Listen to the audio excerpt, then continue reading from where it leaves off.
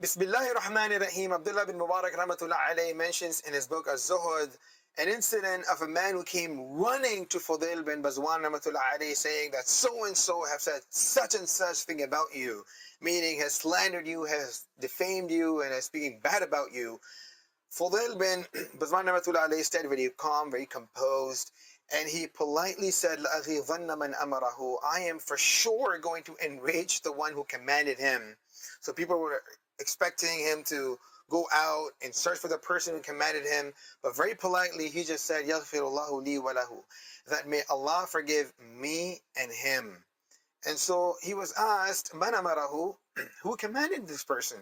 And he said, Ash-shaytan, the devil, subhanallah. So many lessons can be derived from this.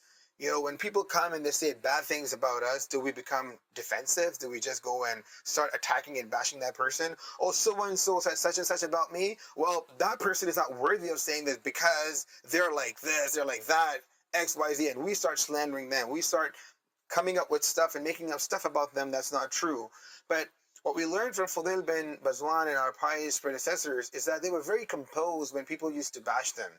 And this is something that's a command of Allah subhanahu wa ta'ala in Quran as well. But Allah Azza wa Jal tells us, خُذِ الْعَفْوَ وَأْمُرْ بِالْعُرْفِ وَأَعْرِضْ عَنِ الْجَاهِلِينَ, that hold on to forgiveness, وَأْمُرْ بِالْعُرْفِ, and command that which is good, وَأَعْرِضْ عَنِ الْجَاهِلِينَ, and ignore those that are evil. And then it was asked, like, you know, who is this person who commanded him? Because he didn't move. He was very calm and composed. And he said, Ash-shaytan, the devil. You know, so he didn't see the person who was doing the action. He saw the force behind that evil action. And that was Ash-shaytan. Brothers and sisters, when somebody speaks bad about us, what is our reaction? Do we get enraged? Or do we actually recognize the source of the problem and make dua for that individual? That may Allah protect that person, may Allah forgive that person.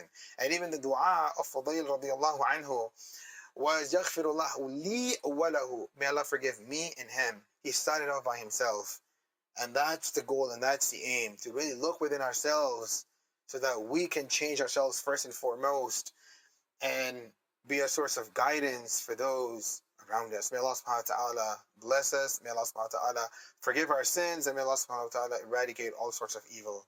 And may Allah subhanahu wa ta'ala remove all sorts of rancor from our hearts, that we become one ummah, like Rasulullah sallallahu alaihi wasallam wanted us to be.